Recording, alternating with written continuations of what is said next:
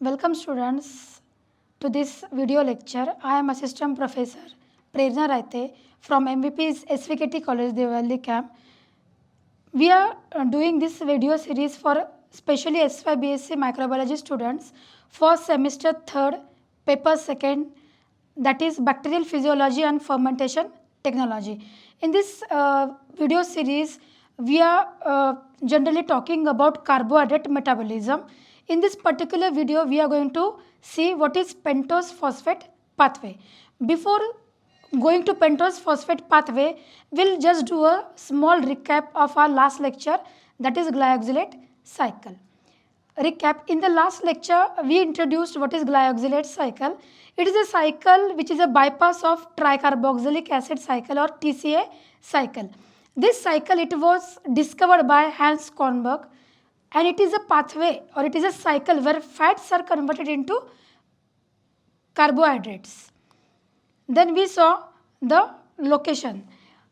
This glyoxylate cycle, it occurs in special types of peroxisomes, that is glyoxysomes, especially in the germinating seeds where the fatty acids are converted into acetyl-CoA, and then this acetyl-CoA enters into the glyoxylate cycle where there is now production of sucrose by this pathway.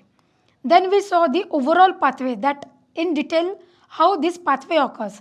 The first step of this pathway is condensation of acetyl-CoA, which comes from fatty acid synthesis to oxaloacetate, and the first product is again the same as TCA, that is citrate. Then the citrate is converted into isocitrate. Now further going to the TCA cycle, that is converted into alpha ketoglutarate. In glyoxylate cycle, it is converted into the glyoxylate and succinate. Therefore, it is called as bypass. And the enzymes which are crucial for this pathway are isocitrate lyase and malate synthetase. Then we saw in detail each and every step of this cycle. And lastly, we studied the significance of this pathway. So, in this pathway, generally oxaloacetate along with acetyl-CoA is converted into glyoxylate, and it is the bypass of TCA.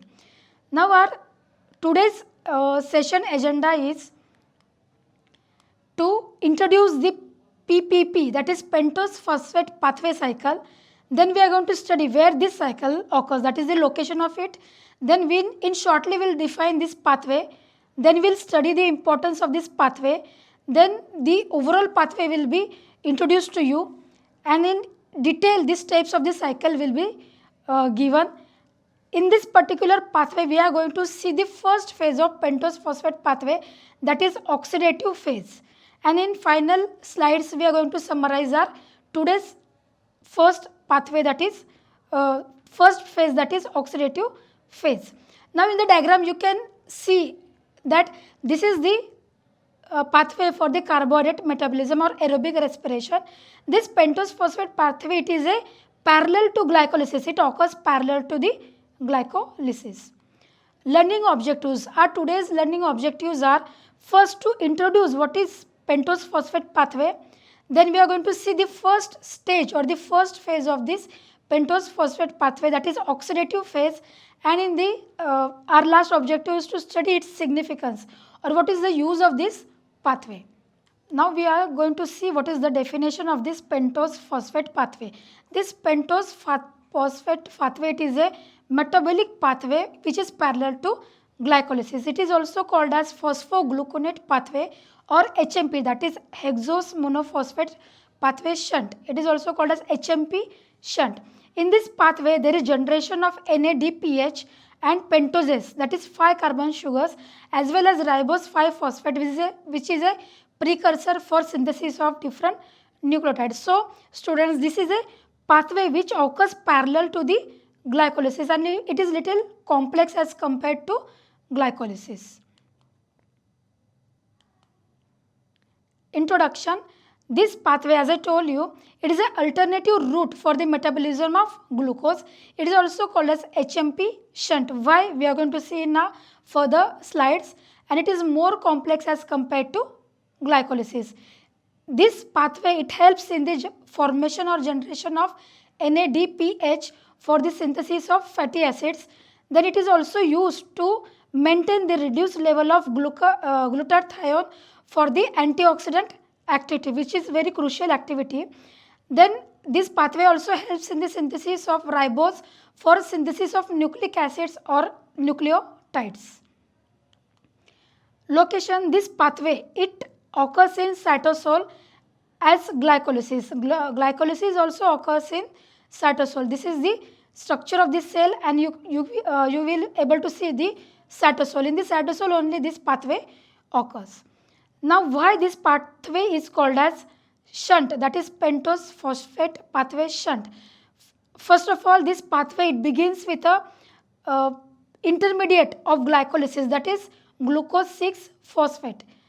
Then it reconnects again with glycolysis because of the two end products, that is glyceraldehyde 3 phosphate and fructose 6 phosphate. These intermediates then again go or enter into the glycolytic pathway. Therefore, this pathway, it starts with the product of glycolysis, and again the products enter into the glycolysis. Therefore, it is called as hexose monophosphate shunt. It's a shunt. So why we call it as a shunt? So I will show you diagrammatically so your ideas will be cleared.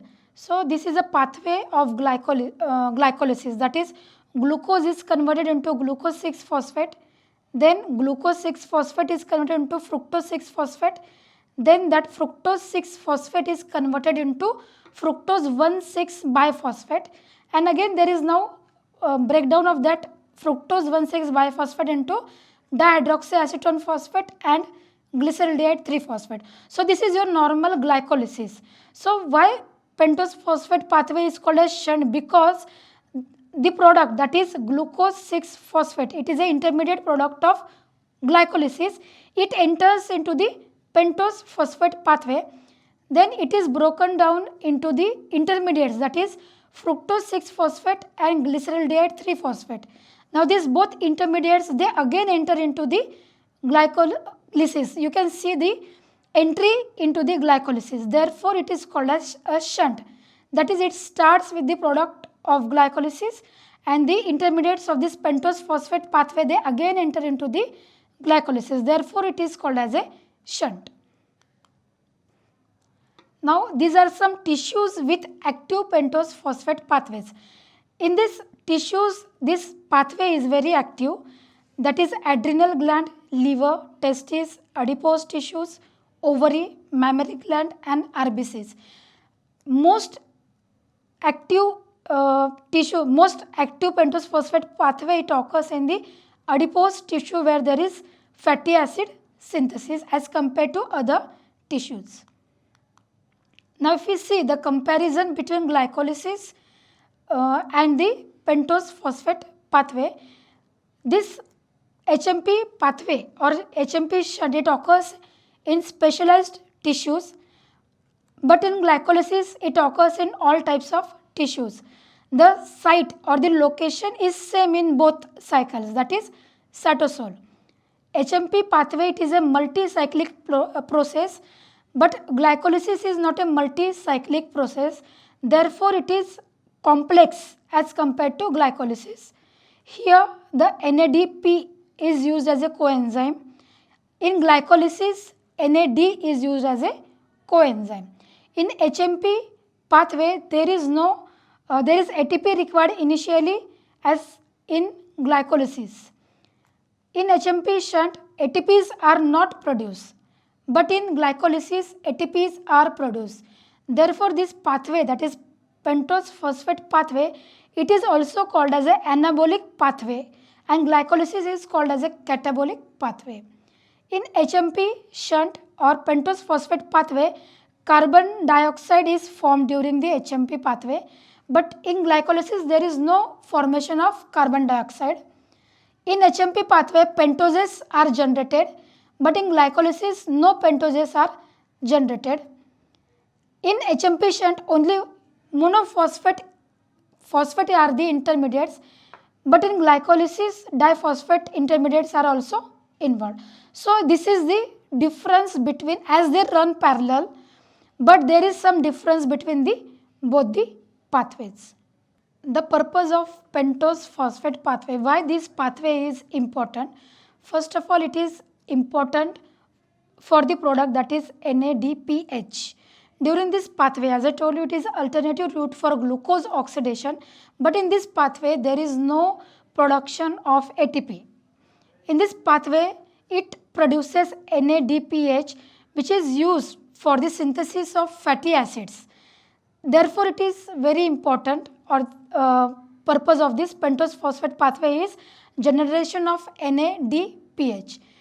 This NADPH is generated in the first step of oxidative phase, that is conversion of glucose 6-phosphate into 6-phosphogluconolactone in presence of enzyme glucose 6-phosphate dehydrogenase.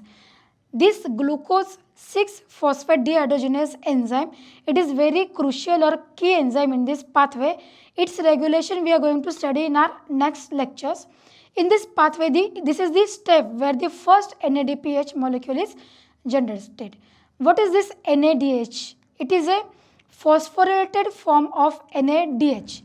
NADPH is a phosphorylated form of NADH. It is a potent reducing agent. Okay, it acts as an electron donor during some oxidative stress. This NADPH, okay, it acts as it has a reducing potential, and this is required for the synthetic reactions, that is reductive synthesis or reductive biosynthesis process. So this is the first purpose of pentose phosphate pathway, that is generation of NADPH. The second, these are some pathways where NADPH is required. For example, during the synthesis of fatty acids, then synthesis of cholesterol, then neurotransmitter biosynthesis, then in synthesis of nucleotide. This NADPH, it is also required for detoxification process. For example, reduction of oxidized glutathione, then cytochrome P450 monooxygenases. So it is very important in these pathways. The second purpose of this pathway is it provides ribose sugars for the synthesis of nucleic acids.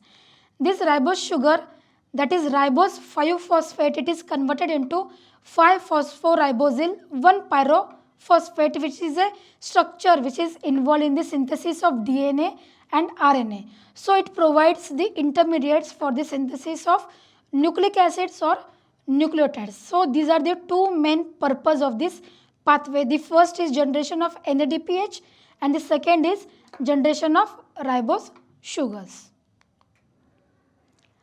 Now we are going to see the two phases of this cycle. This cycle is generated into the two phases. The first is oxidative phase, which is irreversible phase. In this phase, two molecules of NADP, they are reduced into NADPH during the conversion of glucose 6-phosphate into the ribulose 5-phosphate. So this is the oxidative phase where there is generation of two molecules of NADPH. The second phase, that is non-oxidative phase, where the intermediate molecules are generated for the synthesis of nucleic acid or nucleotide or glycolysis. For example, ribose 5-phosphate, glyceraldehyde 3-phosphate, fructose 6-phosphate. So during this phase, it is a reversible phase where different intermediates are formed, and these intermediates, they are used for either synthesis of nucleotide or they enter into the glycolysis. In this today's lecture, we are going to concentrate only on the oxidative phase of the cycle. Pentose phosphate pathway, it has two phases. The first is oxidative phase and the second is non-oxidative phase.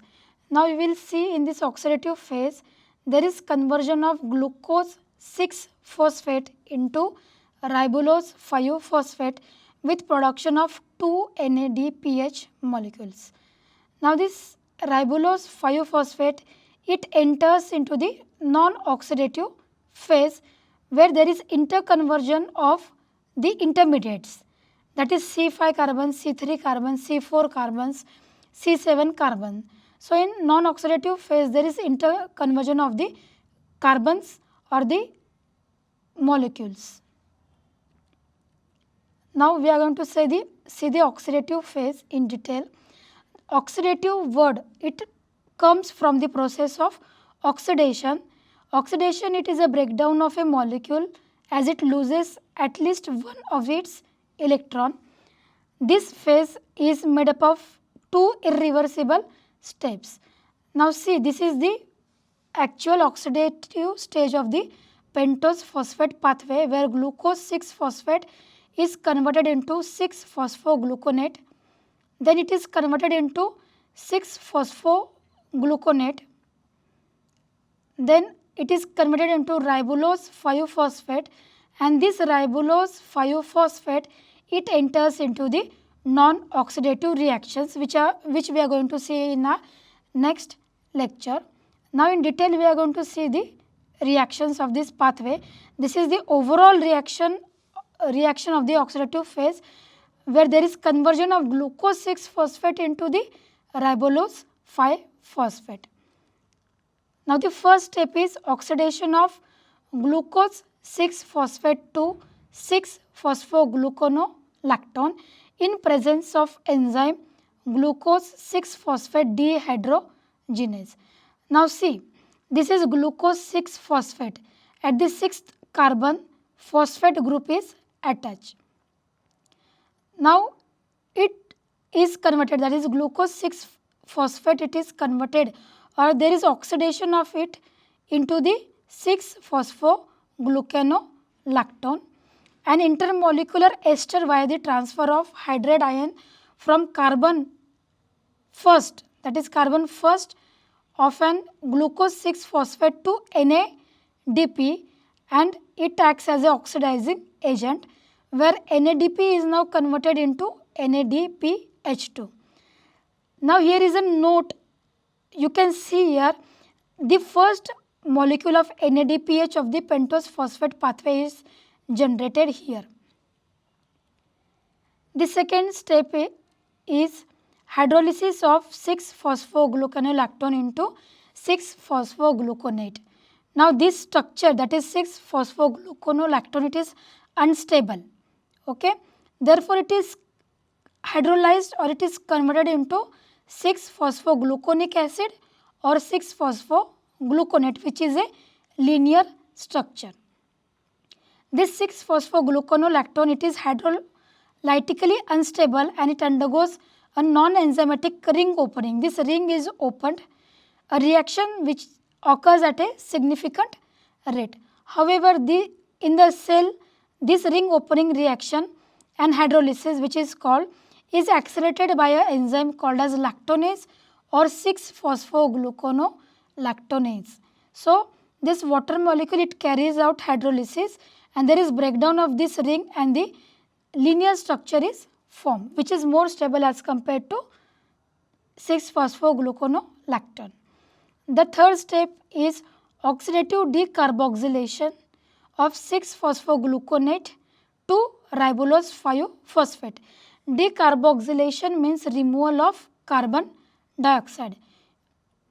It is a third step of the oxidative phase, where 6-phosphogluconate or 6-phosphogluconic acid, it undergoes oxidative decarboxylation, that is removal of this carbon dioxide to form ribulose 5-phosphate, which is a ketopentose.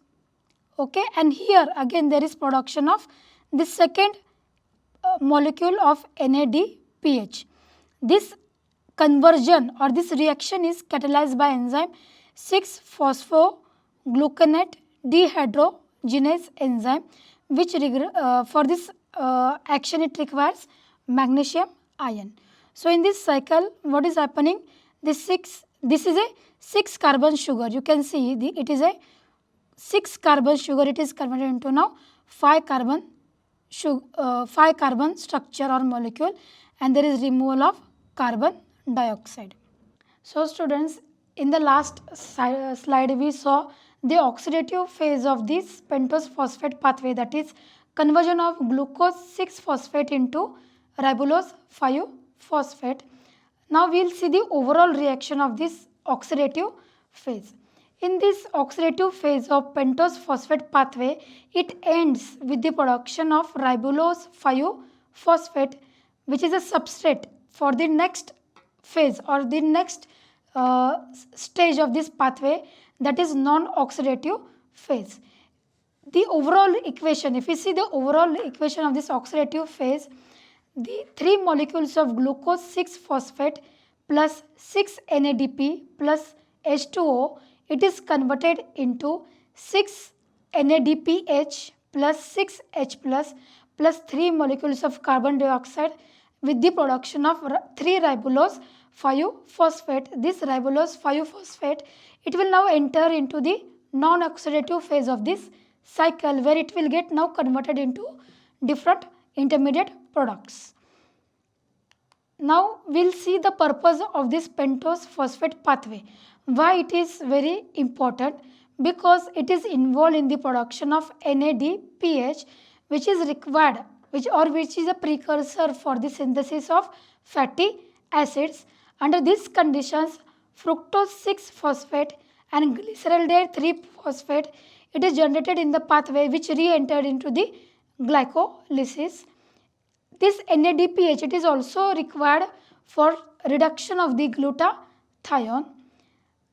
In this pathway, there is generation of ribose 5-phosphate, which is a pentose sugar, and this is involved in the synthesis of nucleotides or nucleic acids. So students, therefore this pathway is very important in humans. For example, 60% of the NADPH is produced through this pathway, which is involved in the anabolic reactions. Now if we will summarize the overall pathway or the first phase of the pentose phosphate cycle, that is oxidative phase, we will see it is a pathway which is alternative to glycolysis, or it runs parallel to the glycolysis. It is divided into 2 distinct phases, that is oxidative and non-oxidative. Then it occurs in cytosol as glycolysis.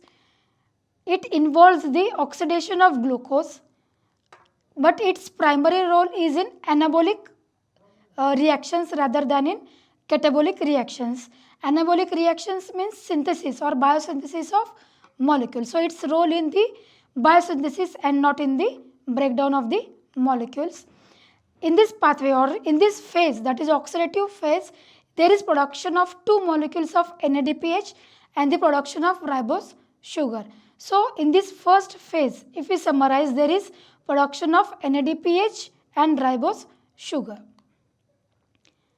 This NADPH, it is used as an energy source in the whole cell or the elsewhere in the cell. Student, this is your assignment. You have to solve these questions. The first question is, what is the purpose of this pathway, that is pentose phosphate pathway? Then what are the products of pentose phosphate pathway? The products of oxidative phase. Then how many phases occur in this pathway? What is the difference between that pathway phases you have to write? Then what is the role of NADPH in various pathways? Then you have to explain in detail which structures the first phase, that is oxidative phase of this pentose phosphate pathway. These are your references. You can refer this along with your notes to understand this pathway very well. In the next lecture, we will see the second phase of this pentose phosphate pathway, that is non-oxidative phase. So students, will stop here only. Thank you.